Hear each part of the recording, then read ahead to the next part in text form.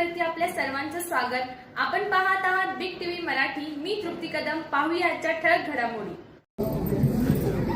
विकास करताना त्यात आम्ही कुठेही कमी पडलेलो नाही। आता एक डायरेक्ट मुद्द्याला आलेलंच बरं। सगळ्यात महत्त्वाचं आता जे भाजपचे आमदार सांगतात, वार्ताहरांसमोर सांगतो, ज्यावेळेला ह्या इथला अहिल्यादेवी होळकर उद्यान झालं त्याला 30 लाख रुपये मंजूर आलते, तेव्हा त्या आमदारांनी म्हटलं की त्याचं ते हे नको, उद्यान नको। त्या उद्यानाची 12 गुंठेची जागा ती निकाल काढली। 12 गुंठेची जागा परत आपण पाठीमध्ये अडवली। ह्याला RK नगर जे आता कोळेकर सर काढाल्यात, ती स्वतः आलती की ती 12 गुंठे जागा मी घेणार आहे म्हणून। त्यावेळेला कोळेकर सरांना सांगितलं की ती जागा घेण्यात येणार नाही। तो आमदार म्हणले आमदार माझ्या सोबत आहे। म्हणजे आज आपली जी ओपन पीस 12 गुंठे जागा ती घ्यायला लागल्यात। आज ह्या जागेवर गणेश गिंडेने तिथे हॉल मोठा आणि बगीचा करायचा ठरला होता। त्याच्यावर देखील आमदार विक्रमदादांनी थांबवलं। त्याचंही देखील इस्टिमेट होऊन पूर्ण इस्टिमेट होऊन त्याचं 60 लाख रुपये इस्टिमेट झालं होतं। त्यात 40 लाख रुपयाचा हॉल होता मोठा, महिलांसाठी कार्यक्रमसाठी हॉल होता आणि पूर्ण उद्यान होतं। आमच्याकडे फक्त विकासच आहे, यांच्याकडे फक्त विकास अडवण्याचं काम आहे। परवा आमदार साहेबांनी सांगितलं आमचे मित्र गोपीचंद पडळकरांनी की एका ठिकाणी आमच्या वार्डात विहीर मुजवली। आज 40 वर्ष झाले ती विहीर मुजवली नव्हती। त्यांनी बोलून 4 दिवस झाले का तिने मुजवणार, मी स्वतः मुजवल्यावर त्यांनी काल सांगितलं की मी मुजवले म्हणून। त्या विहिरीच्या वेळेला त्यांनी एवढं माहीत नाही, सरकार ती विहीर एक ते मालकीचे, त्या विहिरीचा वाद चालू आहे। त्या विहिरीची सावंत ती विहीर आहे ती गुलाबराव पाटील सरांचे, RR कॉलेजवर शिक्षक होते। त्या विहिरीचा स्वामी आपले म्हणजे बँकेत आहेत, त्यांचं ते जागेचा वाद चालू आहे। त्यांना समजूत काढून त्यांचा मोडलेला कठडा आम्ही करून देतो म्हणून ती विहिरीत मुजवलेली, कारण तिथं लहान मुलींना आज जाताना पडत्यात ह्या भीती करते। परंतु फक्त एक खोटं सांगायचं, बागात जायचं आपण धनगरचा उमेदवार निवडून द्या, काही ठिकाणी गेले की आपण बहुजनाचा उमेदवार निवडून द्या, आणि इलेक्शन आल्यावर काही लोक सांगतील की ते आम्हाला आतनं मदत करते। मी कुणालाही आतनं मदत करत नाही। मी स्वप्नील संघटन कायम स्वप्नील संघटन राहणार। काही लोक सांगतील की मी आतनं मदत करतोय, आमची मदत आहे। ह्या सगळ्या गोष्टी माझ्या माता भगिनींना कळकळीची विनंती आहे की हा गैरसमज सगळ्यांनी काढावा। ज्यांनी कोण सांगते त्यांना सांगा की त्याला समोर बोलून घ्या। कुणी असू दे, माझ्याबद्दल असू दे, स्वप्नीलबद्दल असू दे, आम्ही कोणत्याही पद्धतीचं खोटं नाटक करणार नाही। आणि ज्याने विकासाचे ध्येय आहे की वार्ड नंबर 7 मध्ये काय करणार अजून तिने सांगितलं नाही, की रस्ते करणार कुठं, गटरी करणार कुठं, बगीचा करणार कुठं, ह्या कुठल्याही गोष्टी नसून 7चा आपला जो पूर्ण आता यशवंतनगरमध्ये आपण तिथं उद्यान आणले, सभागृह मंजूर आणले, 30 लाख रुपये सभागृह मंजूर आणलेला आहे। काही लोकांनी तिथल्या सांगितलं की ते आम्ही मंजूर आणले, त्याला आपण मंजुरी आणून काम हा 1500 चालू होईल। हे इलेक्शनमुळे थांबलेलं आहे। तिथलं 80 लाख रुपये आसपास इस्टिमेट झालेलं आहे। फक्त कसं आम्ही कामाचं बोलणार, काम सोडून दुसरं बोलणार नाही। आणि स्वप्नील भैयाला निवडून द्यायचं कारण सांगतो, आज धडाकेबाज डॅशिंग नगरसेवक हे पाहिजेलच आहे। डॅशिंग नगरसेवक ह्याच्यासाठी पाहिजेला आहे, ज्यावेळेला आपल्या माता भगिनीवर काही वेळ आली, आज मुलींची छेडछाड होत्या, माता भगिनी छेडछाड होत्या, त्यावेळेला तिथं तोंड देणारा आणि तिथं डेअरिंग करणारा नगरसेवक पाहिजेला। आप रात्री उठून येणार पाहिजेला। व्यावसायिक नगरसेवक उपयोगाचा नाही।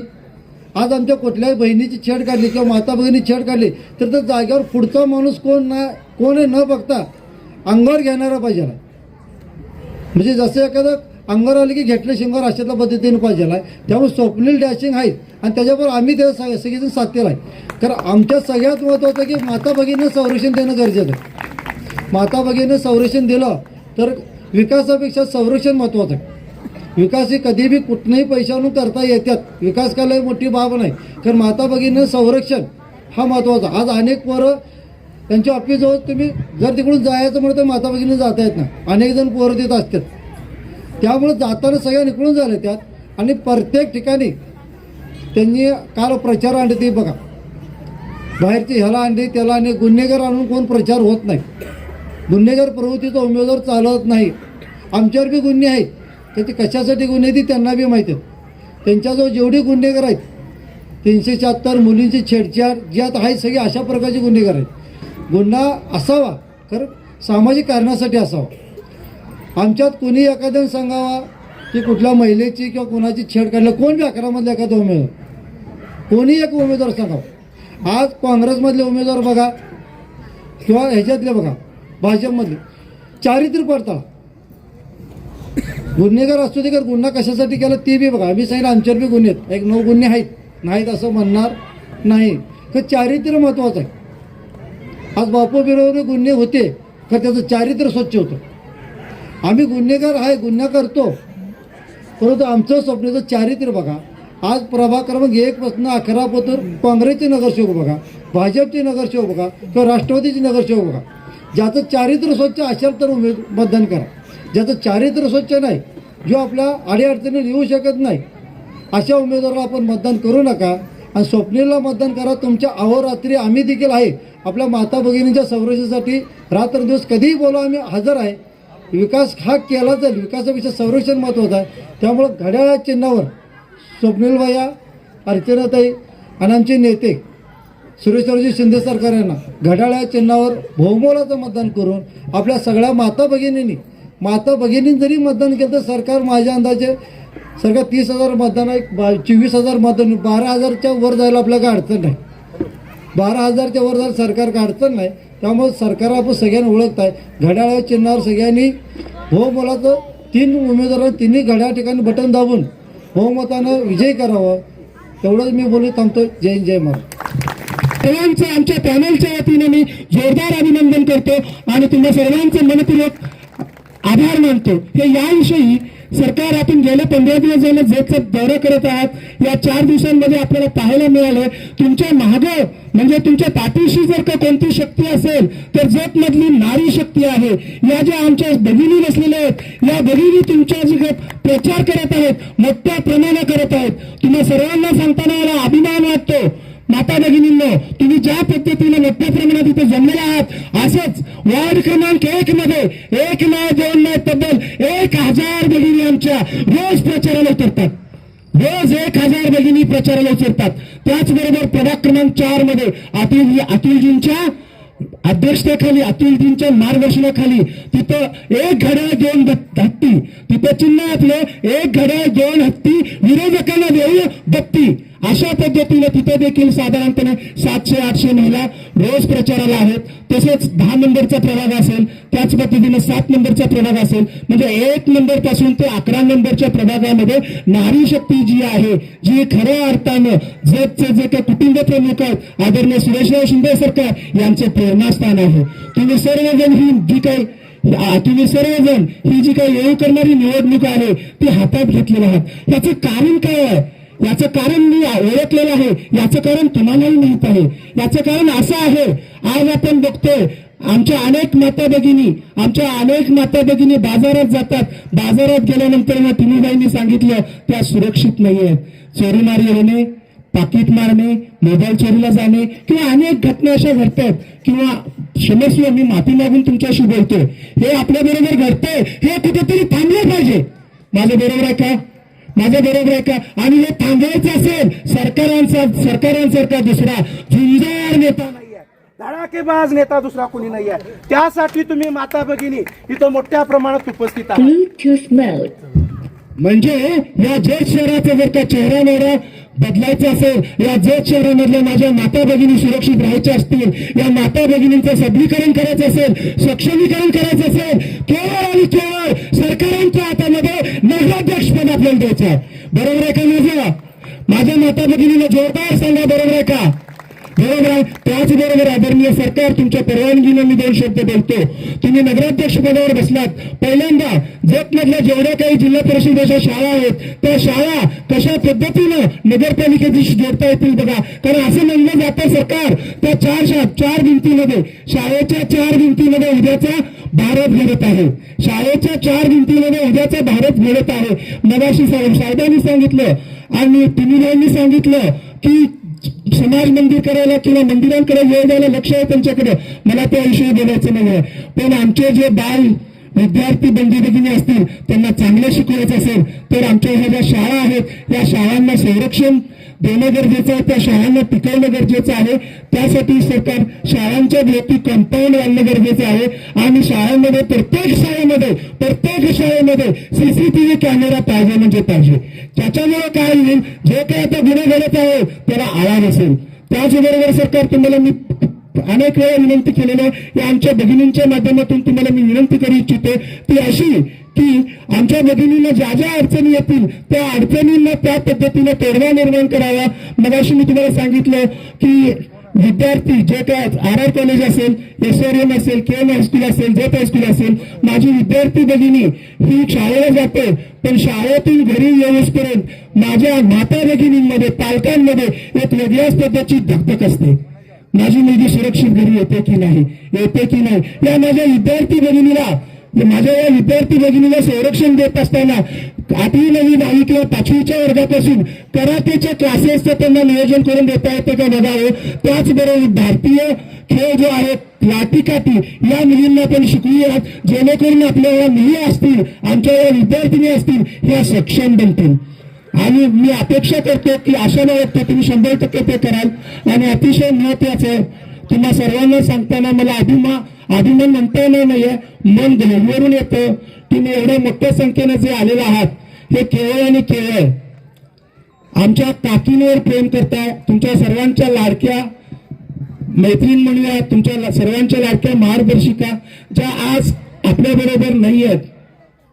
आदरणीय अलकाताई काकी आणि तुमचं एक वेगळंच नातं आहे. इथं बसलेल्या प्रत्येकांच्या बरोबर त्यांचं हे नातं आहे. आज आमच्या काकी असल्या असत्या तर इथं बसलेली माझी प्रत्येक भगिनी मोठं नियोजन केली असती.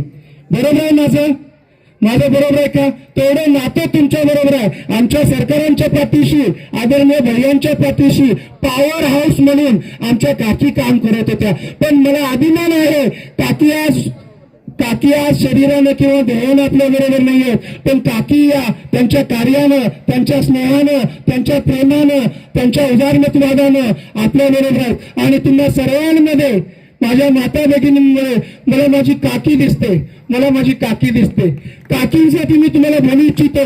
भाई तुम्ही मगाशी बोललात की असं हे आहे, मग मी तो मुद्दा काढला होता. आमच्या काकी भल्या आज शरीरानं नाहीये, पण काकी इथे बसलेल्या प्रत्येकाच्या मनामध्ये, प्रत्येकाच्या हृदयात आहेत. आणि आदरणीय सरकार, आदरणीय भैया, आदरणीय केदारताई, तुम्ही जेव्हा निवडून जाल तर पहिल्यांदा काय करा तर काकींच्या नावाने एक सभागृह असू दे.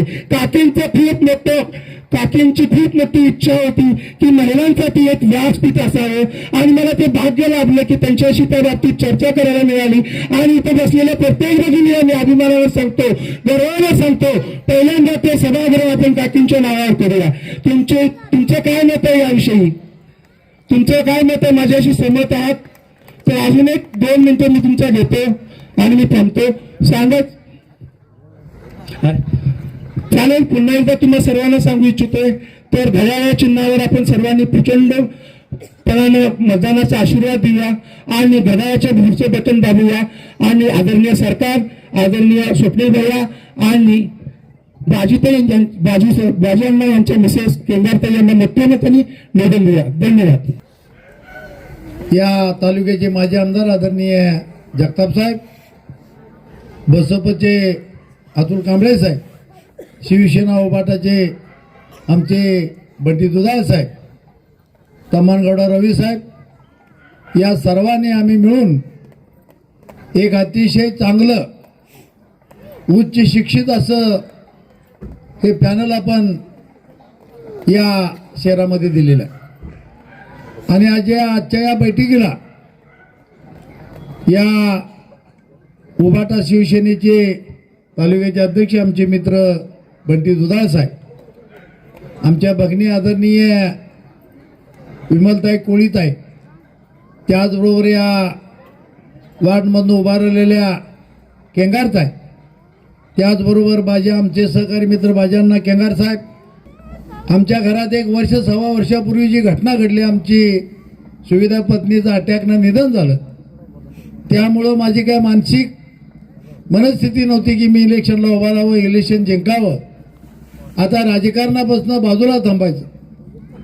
आता आमचा चिरंजीव स्वप्नील राजकारण करतोय, दुसरा चिरंजीव आमचा तो डॉक्टर आहे. आणि असं असताना आता आयुष्याची संध्याकाळ निवांत राहायचं, मळ्याला जायचं यायचं, घरी थांबायचं, हा माझा मनापासून माझा उद्देश होता. परंतु बाजारपेठेतले व्यापारी असतील, आमचे सर्व वडीलधारी मंडळी असतील, आमचे सहकारी मित्र असतील, यांनी अतिशय आग्रह केला तुम्ही उभा राहिलंच पाहिजे. 2 महिने झालं तरी माझी काय मानसिक मनस्थिती नव्हती, परंतु बऱ्याच मंडळींचं म्हणणं होतं ही जत नगरपालिकेची गाडी रुळावरनं खाली घसरल्या ती परत एकदा रुळावर आणण्यासाठी सरकार तुम्ही एक वेळेला आमचं ऐका आणि उभं राहा. आणि त्यामुळं नाविलाजास्तव माझी इच्छा नसतानाही मी आज हे नगरपालिकेचं नगराध्यक्ष पदाचं इलेक्शन लढतो. मी आयुष्याच्या शेवटी आता जनतेची सेवाच करणार आहे. मी माझं गेले 35-40 वर्षे राजकारण या जनसेवेसाठीच घातलेलं आहे. ज्या वेळेला इथं या प्लॉट पडले त्यावेळेला 92ला मी सरपंच होतो. इथं पिण्याच्या पाण्याची सोय नव्हती, स्ट्रीट लाईटची सोय नव्हती. तेव्हा मी त्या ग्रामपंचायतच्या माध्यमातून त्यावेळेला 3 इंची पाईपलाईन टाकून इथल्या भागातल्या इथं राहणाऱ्या आमच्या माता भगिनी असतील, वडीलधारी मंडळींना पिण्याची पाण्याची व्यवस्था त्यावेळेला केली. आता हे फार मोठं झालं हे नगर, परंतु त्यावेळेला हा भाग अतिशय छोटाच होता. मग शितोळे सरांचं, बिराजदार सरांचं, कुणी त्यांचं एवढं असं ठराविकच घरे इथं होती आणि त्यांना पाणी पुरवठ्याचं काम तेवढा ग्रामपंचायतच्या माध्यमातून केलं. मी सरपंच असताना DYSPचं ऑफिस बांधायला चाललं, कोर्टाला लागून ऑफिस बांधायला लागले. PWDला मी सांगितलं की तुम्हाला तसं पाया काढता येणार नाही. मला तेव्हा कोर्टाने DYSPने सांगितलं तुम्हाला ते अडवता येणार नाही. मी म्हटलं मी तुम्हाला अडवत नाही, मी PWDला विचारतोय त्यांनी बांधकाम परवाना ग्रामपंचायतचा घेतलाय का. आणि त्यामुळे त्या अधिकाऱ्याने मी सांगितलं तुम्ही जर चुकीचं काय कराल तर तुमच्यावरती मी कोर्टात तुमच्या विरोधात जाईन. मग त्यावेळेस तिथं समझोता झाला आणि आज या आपल्या नगरमध्ये मोरे कॉलनीत येणारा जो रस्ता आहे तो 40 फुटाचा रस्ता त्यावेळेला DYSP असतील, तिथल्या ते कोर्ट असतील त्यांनी जो रस्ता त्यावेळेला सोडला. त्यामुळे इथल्या लोकांची जाणे येण्याची व्यवस्था आमच्या सहित झाली. काम करत असताना अतिशय चांगल्या पद्धतीचं काम करायचं. कुठल्या पद्धतीचं आमिष दाखवून कुठंतरी कोणाला तरी फसवून कोणाचे जर 4 पैसे घ्यायची भूमिका आमच्या या 35-40 वर्षाच्या राजकारणात कधी झालेली नाही. ज्या ज्या वेळेला आम्ही सार्वजनिक काम केलं, एखादं काम होतंय तर होतं, एखादं होत नाही तर होत नाही. एखादा माणूस आला मला 1 एकरभर जागा ग्रामपंचायतची द्या तर ती काय देणं शक्य नाही. त्या वेळेला आम्ही त्यांना सांगितलं ती काय देता येणार नाही. परंतु उगीच आज या, उद्या या, परवा या, 8 दिवसांनी या, ही भूमिका आम्ही कधी ठेवलेली नाही. जर होत असेल तर ते काम ताबडतोब आम्ही केलेलं आहे.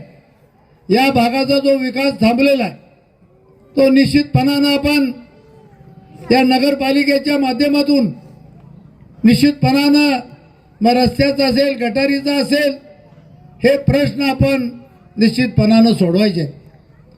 2016लाच आपण ह्या विस्तारित बिरनाळ योजनेचा प्रस्ताव आपण 78 कोटीचा दिलेला होता आणि तो आता मंजूर होऊन त्याचं कामही चालू झालेलं आहे. आज 8-10 दिवसात आमच्या माता भगिनींना एकदा पाणी येत आहे. अतिशय वाईट अवस्था आहे, परंतु आता 1 वर्षभरात ती अवस्था दूर होऊन आपल्याला निश्चितपणानं चांगलं आणि मुबलक पाणी या जत शहरासाठी उपलब्ध होणार आहे. आमचे नेते आदरणीय जयवंतराव पाटील साहेबांच्या नामी त्यावेळेला बिरनाळ टँक वर्षातनं 4 वेळा भरून घ्यायचा आम्ही ठराव करून घेतला. ते जलसंपदा मंत्री होते, त्यांनी ते वर्षातून 4 वेळा हे तलाव भरण्याचं ठराव केला आणि ते मंजुरी झालेलं आहे. त्यामुळे आपल्या शहराला आता पाणी कमी पडणार नाही. आज पाणी भरपूर आहे, परंतु नगरपालिकेच्या ढिसाळ नियोजनामुळं आज आपल्याला वेळेवर पाणी मिळू शकत नाही. आपण बंदिस्त गटारीचा प्रस्ताव त्यावेळेला दिलेला 2016च्या दरम्यान, तोही 160 कोटीचा हा प्रस्ताव आहे. आता 8-9 वर्षानंतर त्याचं रिवाइज इस्टिमेट जरी झालं तरी ते 200 कोटीच्या आसपास ते ड्रेनेज गटारी होणार आहेत. त्यामुळं या जत शहराचा कायापालट बदलण्यासाठी निश्चितपणानं आम्ही प्रयत्न करणार आहोत. ज्या वेळेला काँग्रेसचं आमचं कॉम्प्रोमाइज चाललं होतं, काँग्रेसवाले मला म्हणत होते तुम्ही आमच्या पॅनलमधून उभा राहा नगराध्यक्ष पदासाठी, आम्हाला थोड्या सीटा द्या, 10-12 तुम्ही घ्या थोड्या. परंतु मी त्यावेळेला विचार केला, काँग्रेसच्या पॅनलमधनं मी उभा राहून जर नगराध्यक्ष झालो पर या जत शहरातल्या आमच्या माता भगिनी वडीलधारी मंडळी तरुण मंडळाला फसवण्याचं काम मी करतोय. मी काँग्रेसमधनं नगरात येऊन मी काही काम या शहरात करू शकत नाही. काम करायचं असेल तर सत्तेत सत्ता लागते. तुमची घरपट्टी पाणीपट्ट्याची जो उत्पन्न येतं त्या उत्पन्नातून या नगरपालिकेच्या कर्मचाऱ्यांचा पगार देखील भागत नाही आहे. आणि म्हणून मी विचार केला की या काँग्रेसच्या पॅनलमधून उभं राहण्यापेक्षा जे सत्तेत पॅनल आहे, जे सत्ताधारी आहेत, त्या अजितदादांच्या घड्याळाच्या चिन्हावरती मी मान्य केलं. आणि जगताप साहेबांनी, आम्ही बंटी साहेब असतील आमचे, अतुल कांबळे साहेब, या सर्वांनी मिळून त्या राष्ट्रवादीच्या घड्याळ चिन्हावरती आम्ही हे पॅनल लावलंय. अजितदादा या राज्याचे उपमुख्यमंत्री आहेत. या राज्याचा अर्थ खातं त्यांच्याकडे आहे. त्यांच्या मनात आणलं तर वाटेल तेवढा निधी या शहरासाठी देतील. परवा त्यांनी त्या आष्टा नगरपालिकेला 2 महिन्यापूर्वी 150 कोटीचा निधी डेव्हलपसाठी त्यांनी दिलेला. आणि ही लाडकी बहीण योजना अजितदादांनी अस्तित्वात आणली. या लाडक्या बहीण योजनेचे जनक हे अजितदादा आहेत. आणि त्यांनी बजेटमध्ये या लाडक्या बहिणींच्यासाठी निधीची तरतूद केलेली आहे. आणि म्हणून आम्ही असं ठरवलं की या शहराचा विकास करायचा असेल, या शहरासाठी जनतेला आम्ही काहीतरी देऊ पाहू शकतोय. इथल्या आमच्या माता भगिनींच्या, इथल्या ज्येष्ठ नागरिकांचा असेल, आमच्या तरुणांचा असेल, या ज्या काय सुखसुविधा द्यायच्या असतील तर काँग्रेसमधनं आज काय उभा राहून चालणार नाही. जो पक्ष आता सत्तेत आहे त्या अजितदादांच्या राष्ट्रवादीच्या चिन्हावरती आम्ही उभा राहिलेलो. म्हणून अजितदादा या राज्याचे अर्थमंत्री आहेत. निश्चितपणानं जेवढा निधी लागेल तेवढा निधी देण्यात त्यांनी जगताप साहेब, बंटी साहेबांना, अतुलजींना आम्हाला शब्द दिलेला आहे की मी निश्चितपणानं तुम्हाला जेवढा निधी लागेल तेवढा निधी देण्याचं मी वचन देतो. तुम्ही फक्त घड्याळ जतमध्ये निवडून आणा. आणि म्हणून आम्ही या घड्याळाच्या चिन्हावरती उभा राहिलो. निश्चितपणानं सर्व वार्डात आम्ही 7-8 दिवस फिरत असताना फार मोठा उत्स्फूर्त असा प्रतिसाद आम्हाला मिळतोय. प्रत्येक ठिकाणी अशा बैठकीला फार मोठ्या गर्दी आमच्या माता भगिनींची, वडीलधारी मंडळींची, तरुण मित्रांची व्हायला लागलेले आहे. आणि म्हणून काँग्रेस काही थापा मारत असेल, आम्ही अमुक करतो तमुक करतो, सगळं झूट आहे. 288 आमदाराच्या विधानसभेत या काँग्रेसला 15 आमदार निवडून आणता आले नाहीत. विरोध पक्ष नेता व्हायला 60 आमदार लागत आहेत. ही संख्याबळ त्यांच्याकडे नाही. आणि ज्या वेळेला 2029ला इलेक्शन लागेल आमदारकीचं, त्यावेळेला कोणाचं सरकार येईल, कोण निवडून येईल आज सांगू शकत नाही आपण. मग ज्या वेळेला 2029च्या थापा मारून जर म्हणत असतील काँग्रेसला मतं द्या, आणि मी जर काँग्रेसमधनं असतो तर तुम्हाला तुमची फसवणूक झाली असती, 5 वर्षे कुठल्या प्रकारचा निधी या तालुक्या, या शहराला मिळणार नाही. आणि म्हणून आमची तुम्हाला विनंती आहे, कुठल्याही ॲपीवरती विश्वास ठेवू नका. आपण या घड्याळाच्या चिन्हासमोरील बटन दाबून, या अजितदादांचं हे घड्याळ आहे, या राज्याचं अर्थ खातं त्यांच्याकडे आहे, निश्चितपणानं चांगला निधी आणून आपण या शहराचा निश्चितपणानं विकास करणार आहोत. आज या मोरे कॉलनीत बोलायचं झालं तर इथं हा जो आपण इथं सभा घेतलेला आहे, मला वाटतं जवळजवळ 1 एकर हा ओपन पीस आहे. ही येणे झालेला प्लॉट मधला हा ओपन पीस आहे. ज्या वेळेला आपली नगरपालिका आपला पॅनल निवडून निश्चितपणानं येणार आहे, त्यावेळेला परत एकदा अशीच आपण बैठक घेऊ.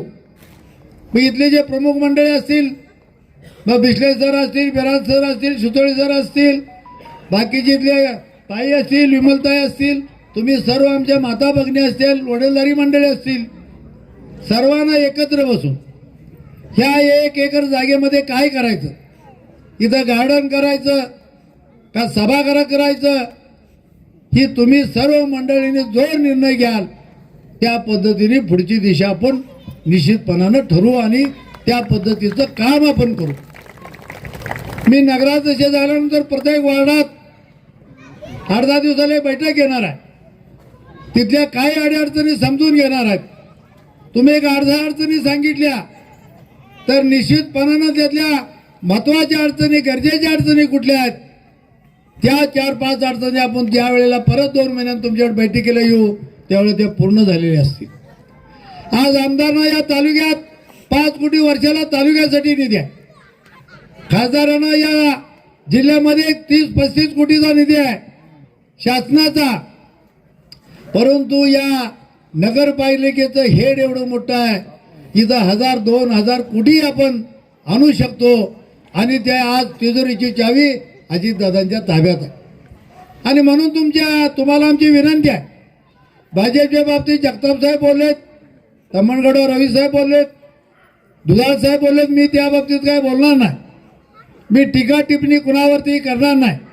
कारण आपण विकासाचं धोरण घेऊन, विकासाची पताका घेऊन आपण राजकारण करायला लागलेलो आहे.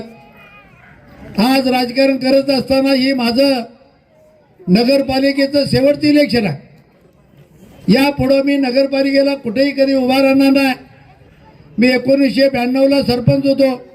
97 पर्यंत सरपंच असताना 92 पासून मी कुठली इलेक्शन लढवलेली नाही. परंतु 92 आज 25 म्हणजे जवळजवळ 32-33 वर्ष झाले. माझा डायरेक्ट असा आमच्या माता बहिणी असतील, आमचे वडीलधारी मंडळी असतील, त्यांचा कॉन्टॅक्ट आला नाही. परंतु ग्रामपंचायत ही आपल्या ताब्यात 30-35 वर्ष होती.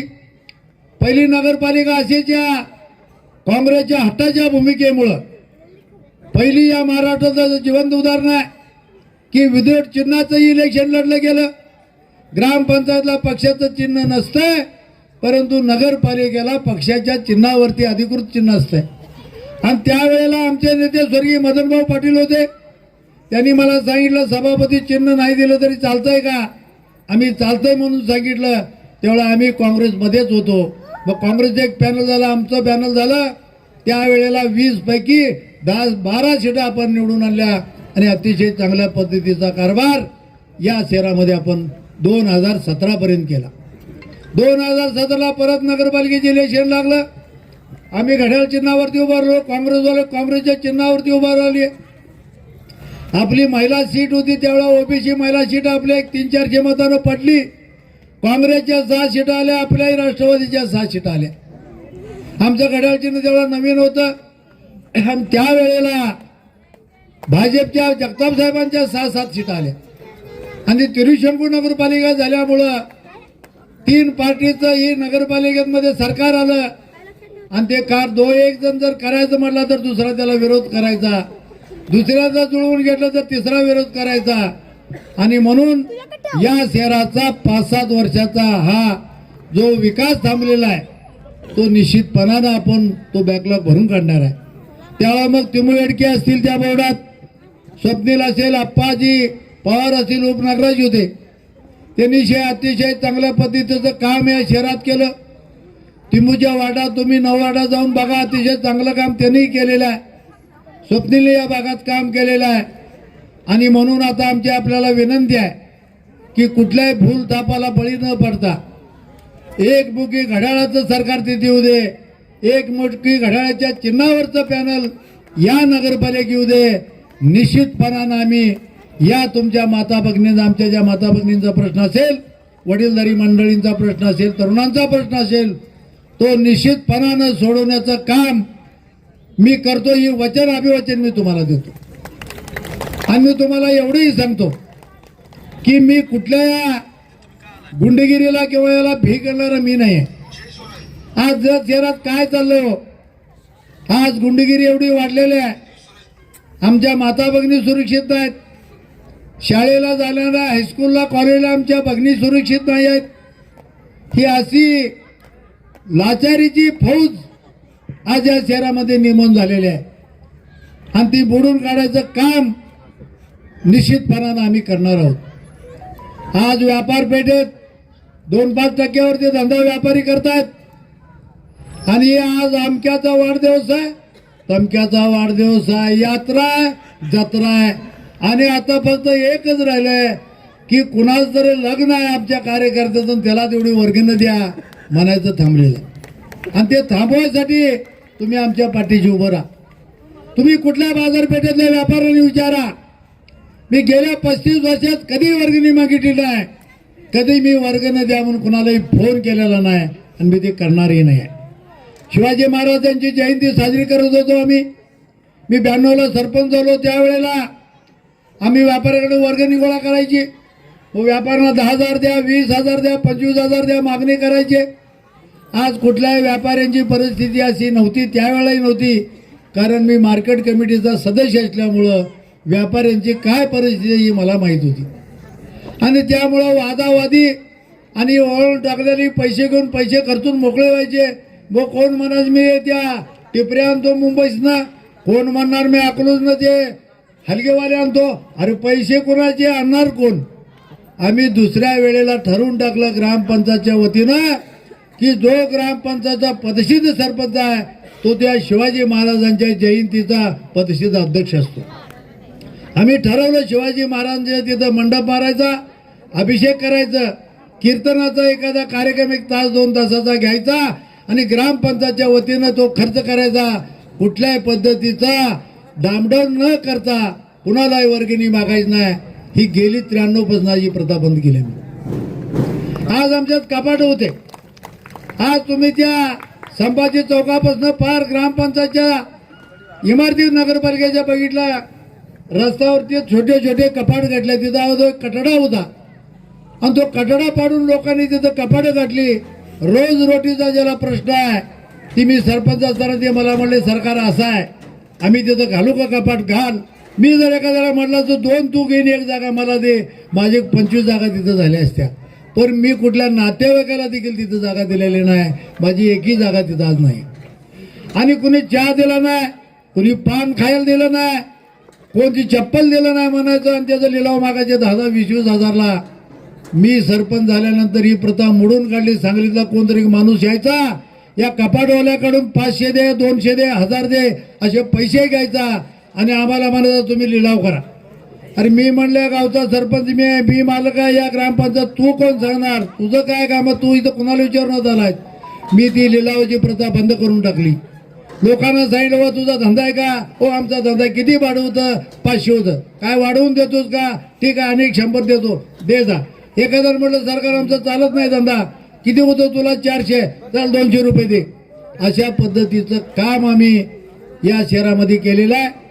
म्हणून आमच्या सर्व माता भगिनींना विनंती आहे, आम्ही एक 8 सूत्री कार्यक्रम आम्ही केलेला. आपलं हे नगरपालिकेत सत्ता आल्यानंतर आम्ही काय करणार आहोत की सर्व आमच्या नेते मंडळींनी बसून हा आम्ही 8 तत्वाचा आम्ही वचननामा, 8 आकड्याचा आम्ही वचननामा केलेला आहे.